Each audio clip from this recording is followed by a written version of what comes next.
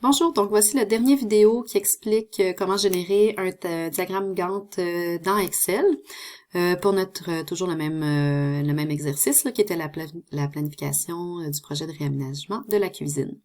Donc on a déjà notre tableau qui est généré, il y a toutes les tâches ici qui se suivent en séquence, donc on sait que toute l'information est déjà bien placée.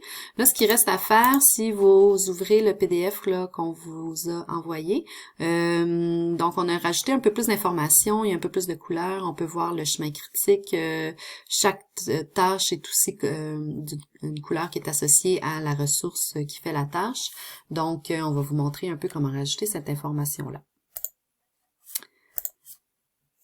Donc voilà, en premier lieu, notre tableau, qui est quelque chose qui est pas très clair, c'est qu'on voit pas vraiment où commence la journée, où commence aussi chaque tâche. Donc on va rajouter un peu d'informations dans la barre du haut ici, qui est notre axe là avec les dates. Donc si vous cliquez droit, comme tantôt, on va venir ouvrir la mise en forme de l'axe.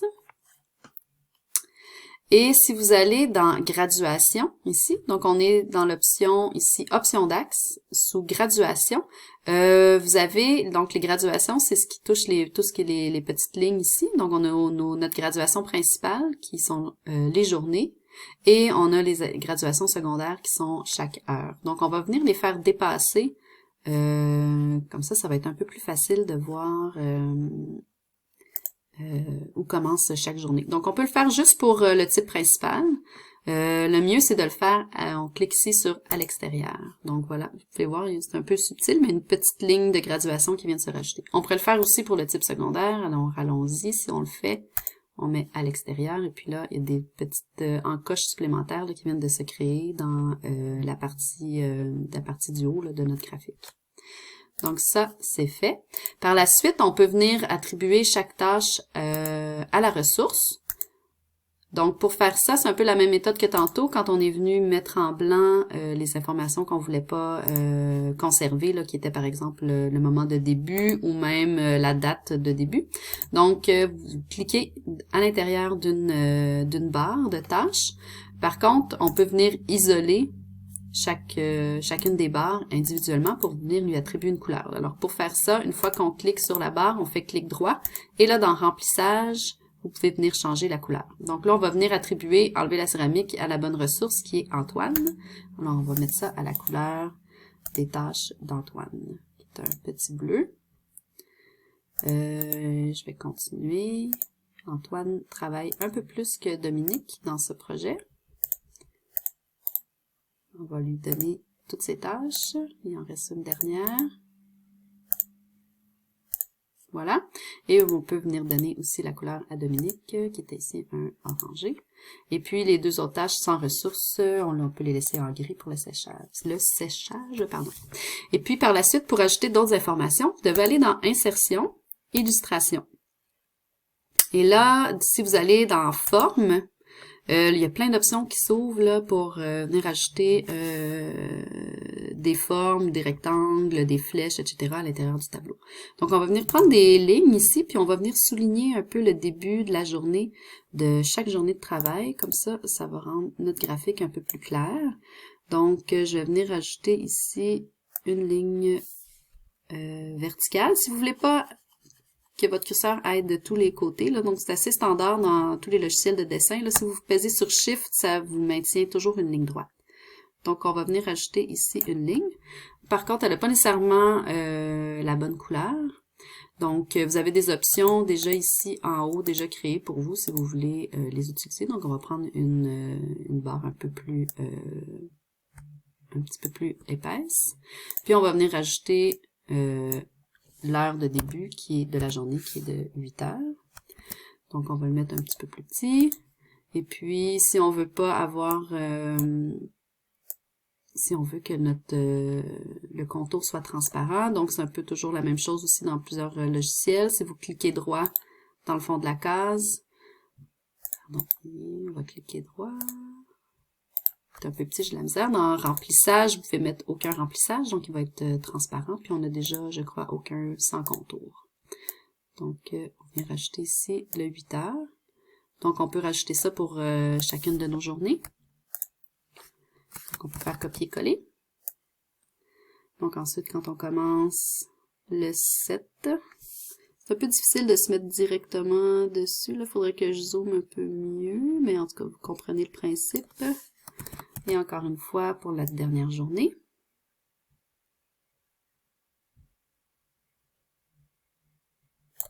Voilà. On peut venir aussi indiquer, j'avais indiqué les périodes où il n'y avait pas de travailleurs. Donc ça aussi, c'est de la même façon. Vous allez dans Insertion, Illustration, Forme.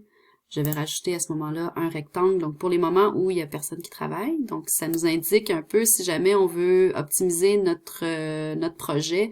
On sait qu'on peut pas venir décaler des tâches à l'intérieur de ces plages horaires-là parce qu'il n'y a pas personne qui peut travailler. Donc, c'était un petit gris. Voilà.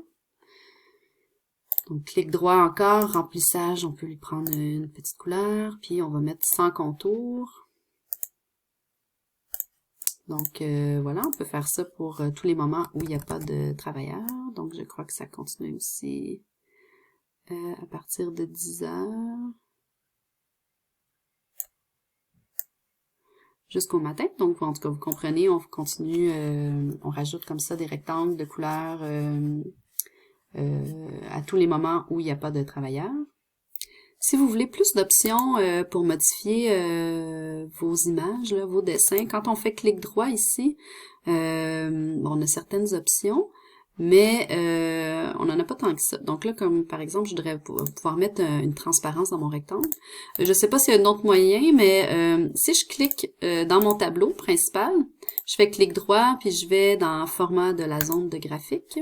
Par la suite, si je clique sur mes éléments de dessin que j'ai rajoutés, j'ai tout plein d'options supplémentaires dans remplissage qui se rajoutent, dont l'option de transparence, comme vous pouvez voir ici.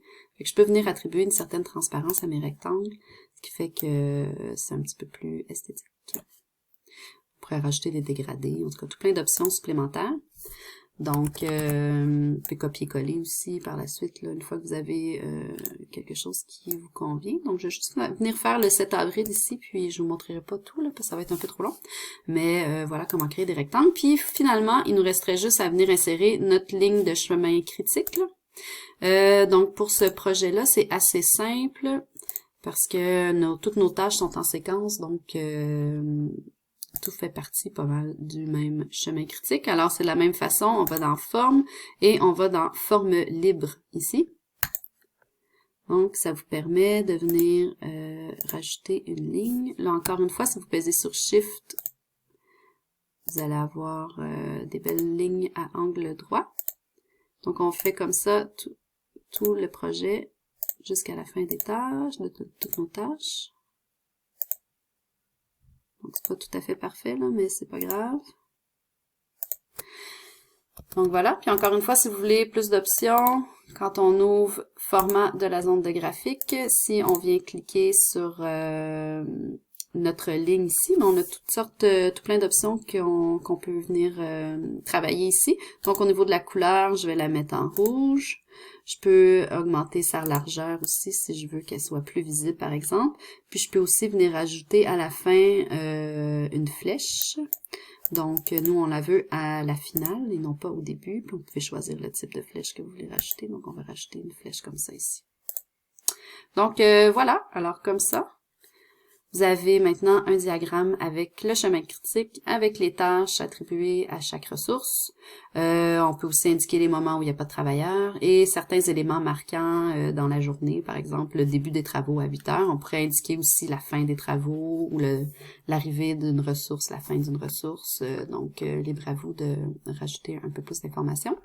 Donc, voilà, c'est ce qui conclut ce vidéo sur comment faire l'exercice 7.1 pour la planification du réaménagement de la cuisine. Donc, merci.